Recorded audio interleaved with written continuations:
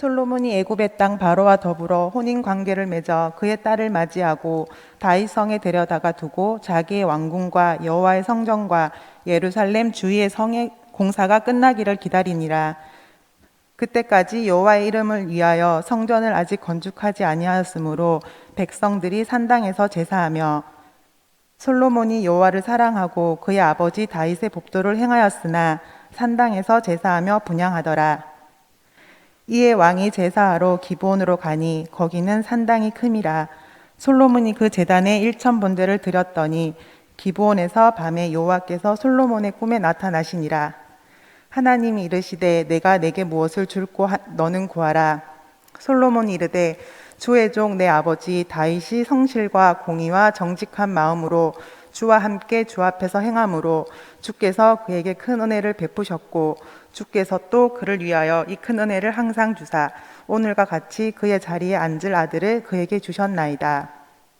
나의 하나님 여호와여, 주께서 종으로 종의 아버지 다윗을 대신하여 왕이 되게 하였사오나 종은 작은 아이라 출입할 줄을 알지 못하고 주께서 택하신 백성 가운데 있나이다. 그들은 큰 백성이라 수요가 많아서 셀 수도 없고 기록할 수도 없사오니 그가 주의 이 많은 백성을 재판할 수 있사오리까. 듣는 마음을 종에게 주사 그의 백성을 재판하여 선악을 분별하게 하옵소서. 솔로몬이 이것을 구하매 그 말씀이 주의 마음에 든지라. 아멘. 기도하겠습니다. 하나님, 오늘도 주님 앞에 겸허한 마음으로 섰습니다.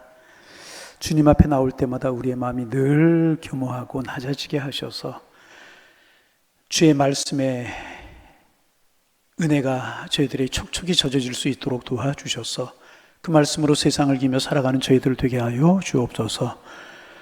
이제 여러분 성경학교를 끝내고 초등부 선생님들 오늘 주간 예배를 드리면서 하나님 앞에 찬양했는데 선생님들의 헌신과 선생님들의 애씀과 선생님들의 수고가 어린 심령들에게 전달되게 하셔서 어린 심령들이 하나님을 발견하고 하나님의 사랑을 알아갈 수 있도록 축복하여 주옵소서. 한 영혼이라도 구원받고 한 영혼이라도 예수님의 사랑을 알아가기 위해서 기도로 준비하고 말씀으로 준비하고 사랑으로 준비할 때 우리 초등부에서 자란 어린 심령들 인재들 되게 하시고 하나님의 사람들로 길러질 수 있도록 축복하여 주옵시고 그들이 자라 사회 곳곳에서 자기 역할을 감당할 때 우리 사회가 하나님의 나라가 이루어지고 하나님의 신원될 수 있도록 축복하여 주옵시며 그런 인재와 제목을 키운다는 자부심을 가지고 우리 선생님들 열심히 헌신할 때 아름다운 열매가 있을 수 있도록 주님 축복하여 주옵소서. 믿음이 필요한 선생님들 믿음 주시고 은사가 필요한 선생님들 은사 주시며 건강이 필요한 선생님들 건강을 허락하여 주옵시고 사랑의 마음과 지혜가 필요한 선생님들에게 사랑의 마음과 지혜를 우리 주님께서 허락하여 주옵소서.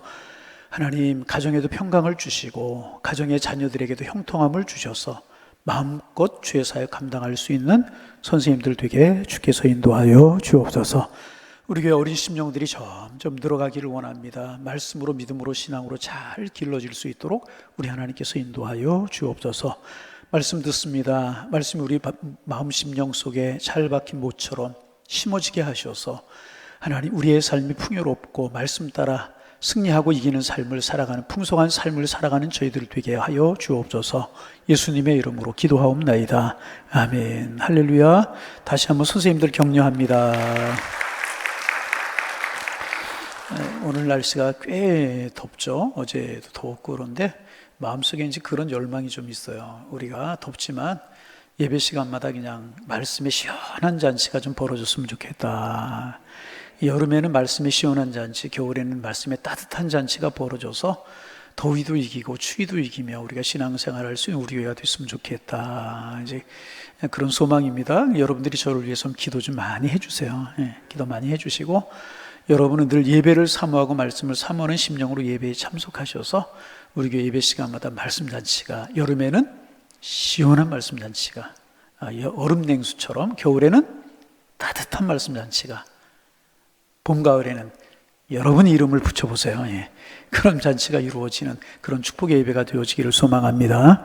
오늘 잘하는 본문이에요. 솔로몬 이야기. 우리가 몇 주 동안 이제 하나님을 향하는 마음이라고 하는 제목을 가지고 신앙의 인물들을 우리가 묵상을 좀 하려고 하는데, 오늘 먼저 솔로몬에 관해서 우리가 좀 나누려고 합니다. 솔로몬이 부기야 영화의 왕이었었어요.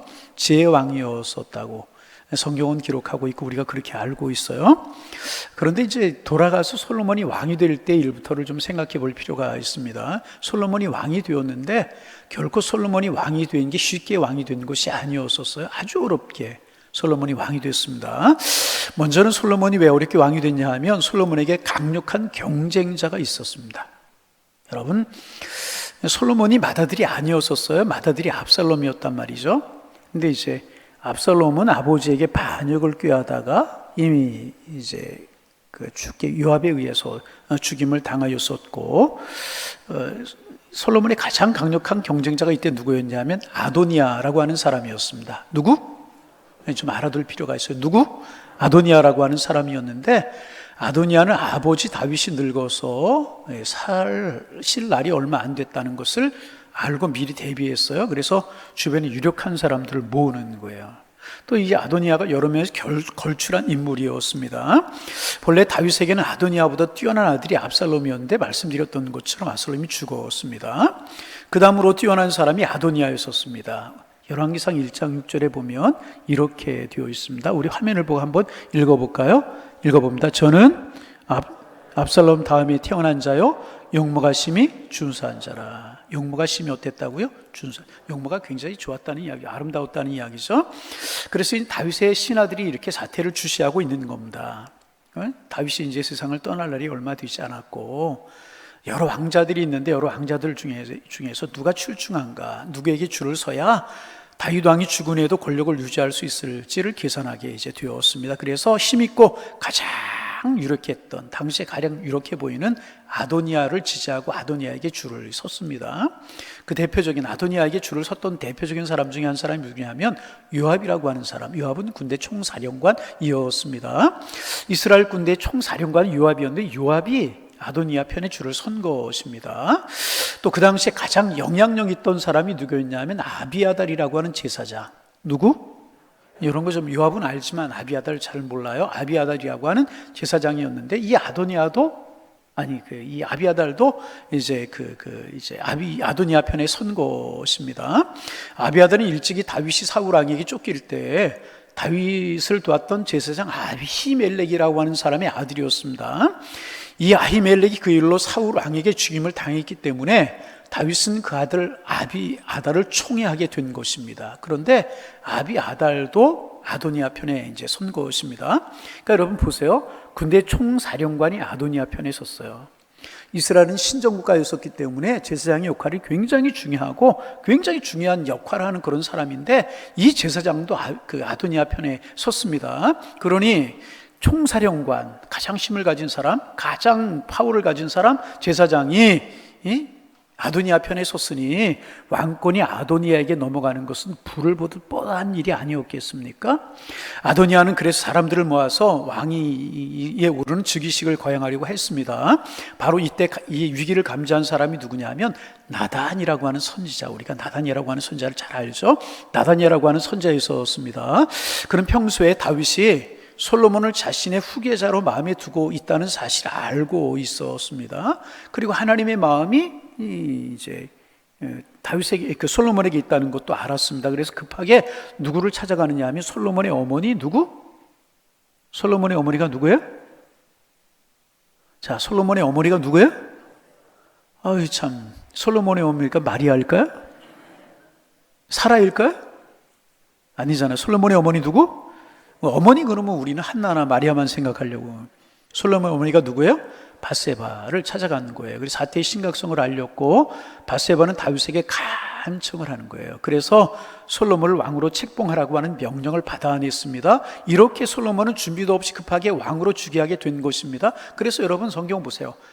이 솔로몬이 화려하게 즉위식을 거행했다는 기록이 없습니다. 그러니까 이제 잘 우리가 정황을 좀 살필 필요가 있죠.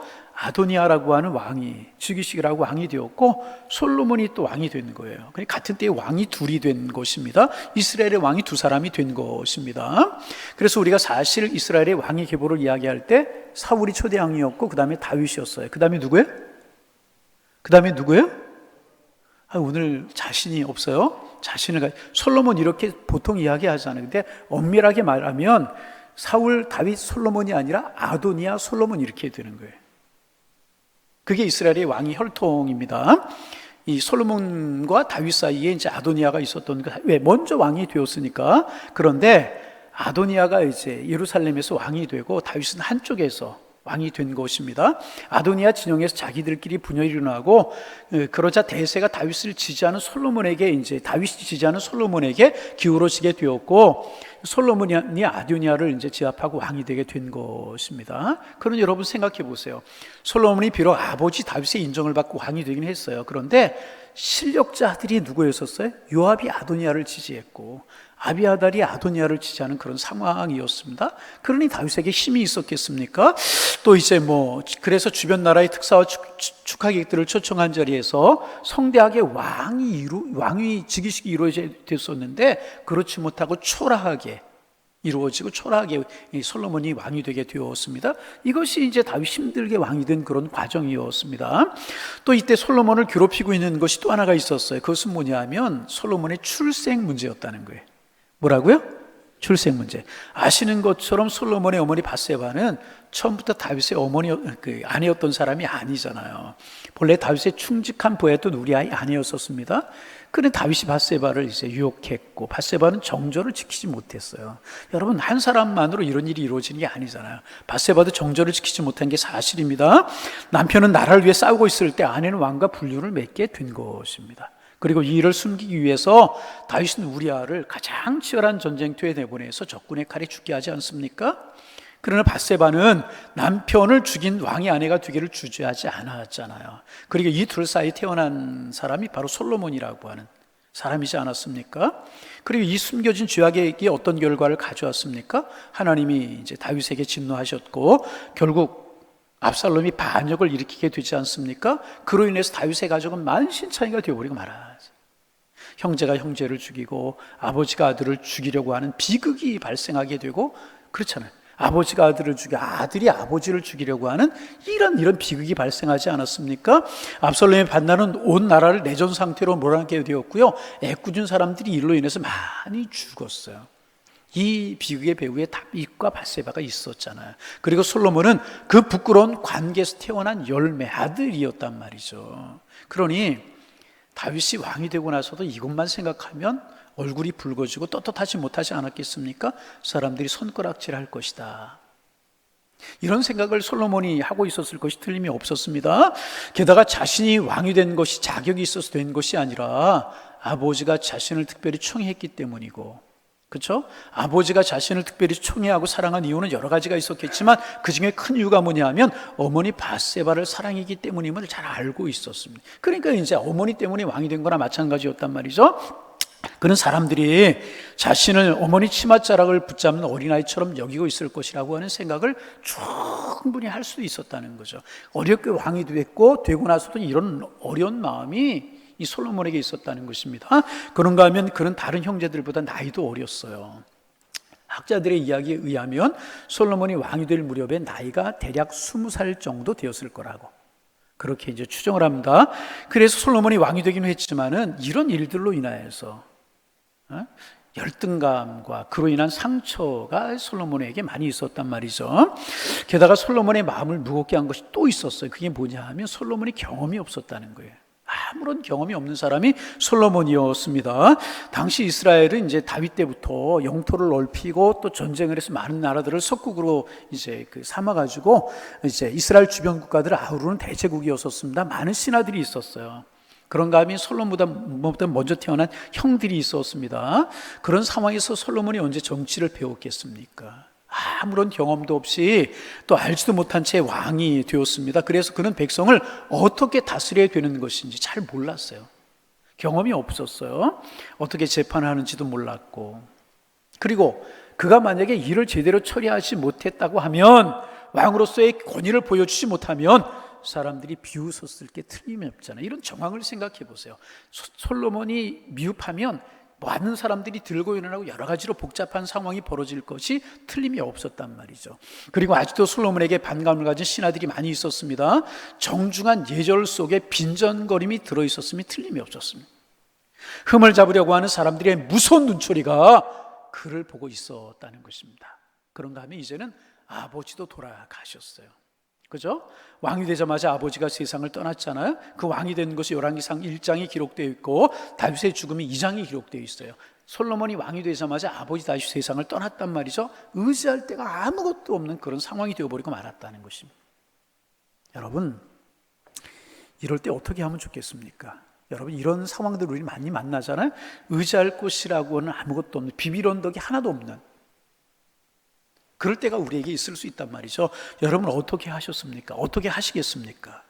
여러분, 솔로몬의 이야기로 돌아가서 나라를 가진 것처럼 보였지만 아직 실질적으로 자기 것이 되지 못했어요. 나라도 왕의 지위를 얻은 것처럼 보였지만 아직 사람들의 빈정거림의 대상이 되고 있었고요. 경배받고 있는 것 같지만 조롱도 함께 받았습니다. 무엇이든지 마음대로 할 수 있는 왕이었지만 현실적으로는 무력하고 연약한 자기 자신을 발견하게 되었다는 것입니다. 사면초가, 답답한 상황, 이럴 데 없는 상황, 이것이 지금 솔로몬이 처한 상황이었다는 것입니다. 거기에다가 여러 가지 때문에 망가진 자바상, 상처 입은 자바상을 가지고 있는 것이 이때 솔로몬의 모습이었다는 것입니다. 어떻게 하면 좋겠습니까? 여러분이라면 어떻게 하시겠습니까?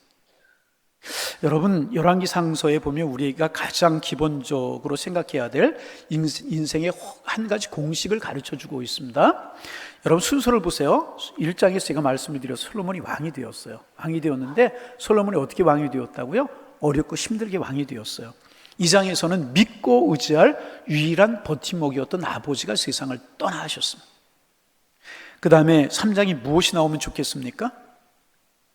힘드니까 막 여기저기 쫓아다니면서 사람 의지하고 사람들이 들어주지 않으면 정사를 내팽개치고 술이나 마시면서 폭군처럼 솔로몬이 굴었습니까?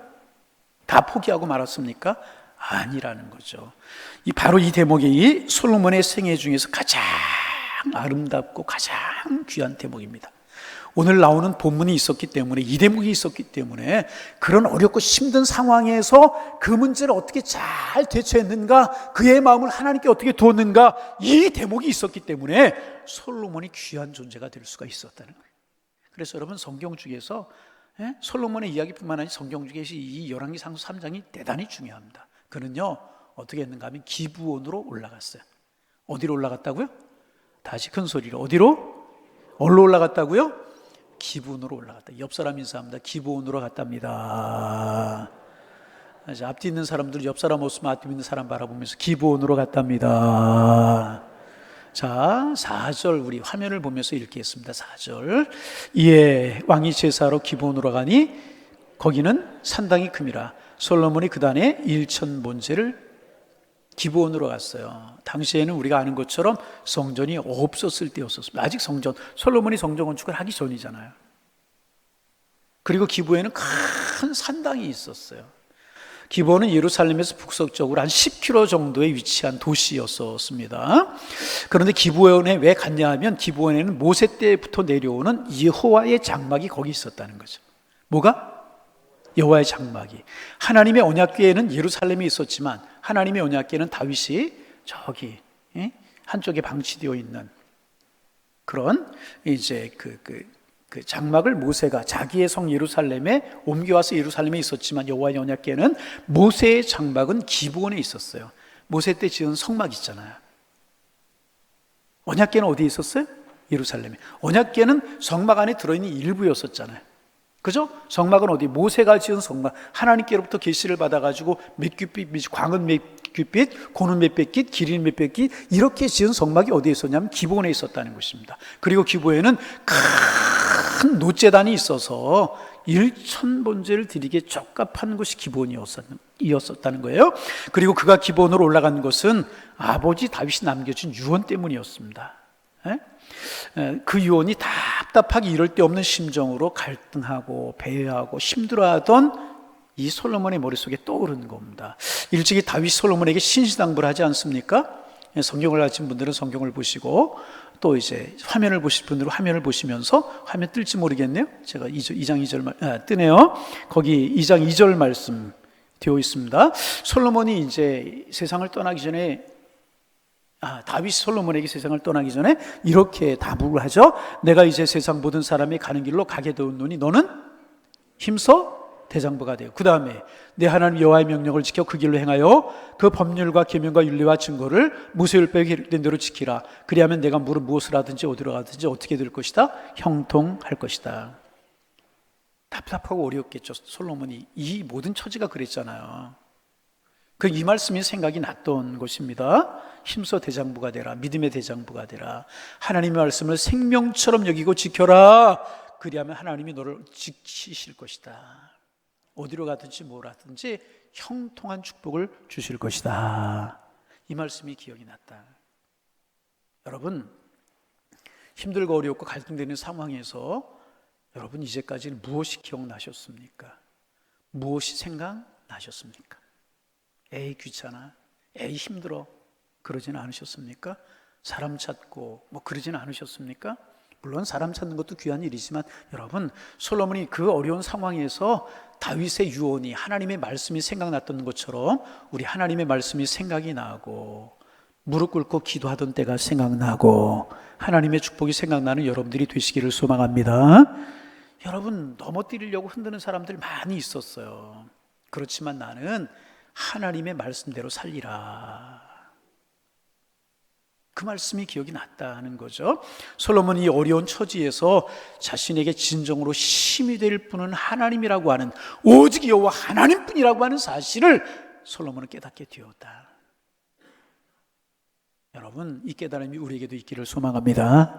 옆 사람 인사 한 번 더 하실까요? 오후 시간이니까, 좀 힘든 시간이니까. 하나님 한 분뿐이십니다.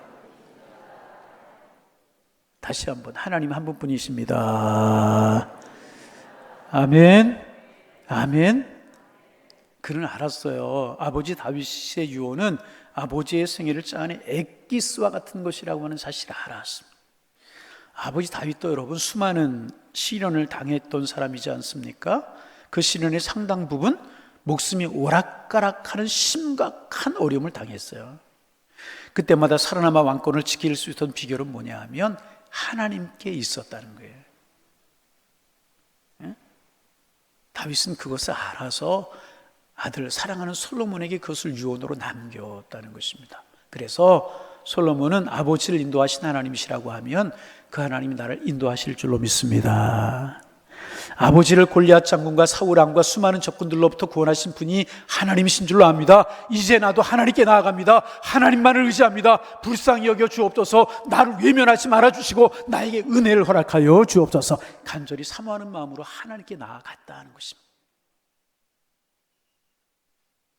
여러분, 이 시간 우리 모두가 솔로몬의 가슴에 요동쳤던 이 생각, 하나님께로 나가야 된다.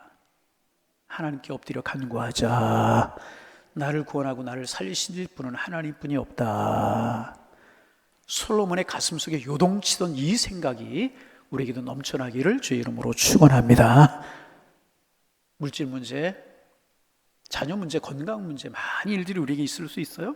힘들고 어려울 때 이 솔로몬의 가슴에서 요동치던 이 생각, 하나님께 나아가야 된다. 하나님만이 길이다. 하나님만이 답이다. 하나님 의지합니다. 이 마음이 솔로몬의 가슴에서 요동쳤던 것처럼 우리의 가슴에도 요동쳐 일어나기를 주의 이름으로 축원합니다. 여러분도 솔로몬처럼 하나님 앞에 나아가실 수 있기를 주님의 이름으로 축원합니다. 기본으로 나갔어요. 그 생각을 가지고 솔로몬이 하나님께 나아간 거예요. 그래서 일천번제를 드렸어요. 번제, 올라라고 하는 히브리어 단어, 올라라고 하는 그런 단어인데 하나도 남김없이 불에 태워서 하나님께 드리는 제사를 올라, 번제라고 그렇게 이야기를 합니다. 그래서 이제 그렇게 쉽게 기억하죠. 번제를 드리려고 하면 제단을 쌓고 이렇게 제물 올려놓고 불을 살잖아요. 그러면 연기 이런 것들이 하늘 올라가잖아요. 번제 올라, 하나님께 다 불에 태워 아낌없이 드리는 제사 올라. 기본에서 일편전배를 드리는 솔로몬의 심정이 그와 같았다는 것입니다. 전 마음, 온 마음을 다해서 하나님께 번제를 온 정성을 다해서 번제를 드렸습니다. 하나의 남김없이 마음의 작은 조각까지도 하나님 앞에 다 쏟아부었다는 것입니다. 사람이 할 수 있는, 솔로몬 자신이 할 수 있는 모든 최선을 다했다는 거예요. 그래서 번제를요, 일천 번제를 1000마리 황소를 드렸다, 그런 해석이 있고, 전통적인 해석은 1000번 드렸다, 그런 해석이 있잖아요. 어떤 게 옳은 해석인가 중요하지 않다고 생각해요. 번제의 정신이 뭔가, 사람이 할 수 있는 최선을 다하는 것, 작은 조각도 남김없이 하나님 앞에 드리는 것, 주님을 사랑하는 마음으로 최선을 다하는 것, 그것이 번제의 정신. 솔로몬은 그렇게 하나님 앞에 제사를 드렸다는 거예요. 여러분, 인생을 살다 보면 가슴이 답답할 때가 있고, 문제가 우리를 가로막을 때가 있어요. 인생의 장애물을 만날 때가 있어요. 그렇죠? 여러 가지 물질 건강, 사람, 여러 가지 인생의 장애를 만날 때가 있어요. 얻고 소유했는데도 불구하고 기쁨이 없을 때가 있어요. 많은 조롱거리와 조롱소리와 빈정거림 앞에 우리가 서게 될 때가 있어요. 누구도 나에게 도움이 되지 않는 것 같고 도움이 되지 못할 것 같은 때가 있어요. 그리고 열등감으로 내 자신이 망가질 때가 있어요. 여러분, 어떻게 하시겠습니까? 솔로몬이 편한 상황에서 일천번제를 드린 것이 아니라 바로 이럴 때 모든 문제, 모든 마음을 가지고 기부원으로 나아가서 하나님 앞에 일천번제를 드렸다는 거예요. 다 태워서 남김없이 다 하나님 앞에 드렸다는 것이라. 여러분, 솔로몬이 일천번제를 드렸던 그 마음, 자기의 모든 것을 주님 앞에 다 쏟아붓고 싶었던 이 마음, 우리의 마음이 되기를 소망합니다. 응답받지 못하면 살 수 없을 것 같은 간절한 마음으로 여러분 매달려 보셨나요? 그 문제를 가지고 하나님, 나 응답받지 못하면 살 수 없어요, 이런 마음으로 하나님 앞에 매달려 보셨습니까? 하나님, 나를 버리시면 나 살 수 없습니다, 눈물로 정성으로 사모함으로 한번 부르짖어 보셨습니까? 여러분, 솔로몬이 일천번제를 드렸던 이 마음이 우리의 마음이 되기를 원하고, 솔로몬의 기도를 하나님이 응답하셨던 것처럼 여러분도 하나님 앞에 응답받게 되시기를 주님의 이름으로 축복합니다. 이렇게 온갖 정성으로 하나님 앞에 나와 엎드린 솔로몬에게 하나님이 응답하셨습니다. 그날 밤에 꿈속에서 하나님께서 나타나셨어요. 내가 내게 무엇을 줬고 너는 구하라. 솔로몬이 하나님 앞에 매달립니다. 7절 이하 한번 보실까요? 7절 이하, 7절 이하 안 뜨나요? 네. 성경을 보시고 같이 한번 읽어볼까요? 나의 하나님 여호와여, 주께서 종으로 종의 아버지 다윗을 대신하여 왕이 되게 하셨사오나 종은 작은 아이라 출입할 줄도 알지 못하고 주께서 택하신 백성 가운데 있나이다. 그들은 큰 백성이라 수혜가 많아 셀 수도 없고 기록할 수도 없사오니 누가 죄 많은 백성을 재판할 수 있사오리까? 듣는 마음을 종에게 주사 선악을 분별하게 하옵소서. 할렐루야. 자신을 내세우지 않죠. 그저 겸손하게, 하나님 아니면 안 된다는 심령으로, 나는 어린아이 같은 사람입니다, 드나들 줄도 모릅니다, 이 많은 백성 감당할 수 없습니다, 나를 불쌍히 여겨 주옵소서. 하나님 앞에 항복하여서 두 손을 들었습니다. 정말 하나님이 도와주시지 않으면 하나님, 나 아무것도 할 수 없어요, 아무것도 할 수 없어요, 그렇게 고백했다.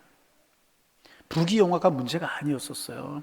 하나님의 도우심으로 왕의 사명을 잘 감당해 나가는 것 외에는요 아무것도 바랄 것이 없었다는 거예요. 그래서 누가 죄의 많은 백성을 재판할 수 있사오리까? 지혜로운 마음을 정에게 주사 죄의 백성을 재판하여 선악을 분별하게 하옵소서. 간절함으로 자기의 소원을 가지고 하나님 앞에 매달렸다는. 그리고 하나님께서는요 그에게 지혜를 주셨어요. 여러분, 우리에게도 이 지혜가 임하기를 바랍니다. 그러면 이제 마지막으로 하나, 지혜가 무엇인가? 지혜라고 하는 것은 재주, 머리 좀 똑똑함, 이렇다는 거 우리가 모르지 않아요? 그러나 지혜라는 말은 더 근본적인 것을 가리킵니다. 무엇인가? 지혜는요 인생을 승리하며 살아가는 올바른 자세. 같이 한번 해보실까요? 인생을 승리하며 살아가는 올바른 자세.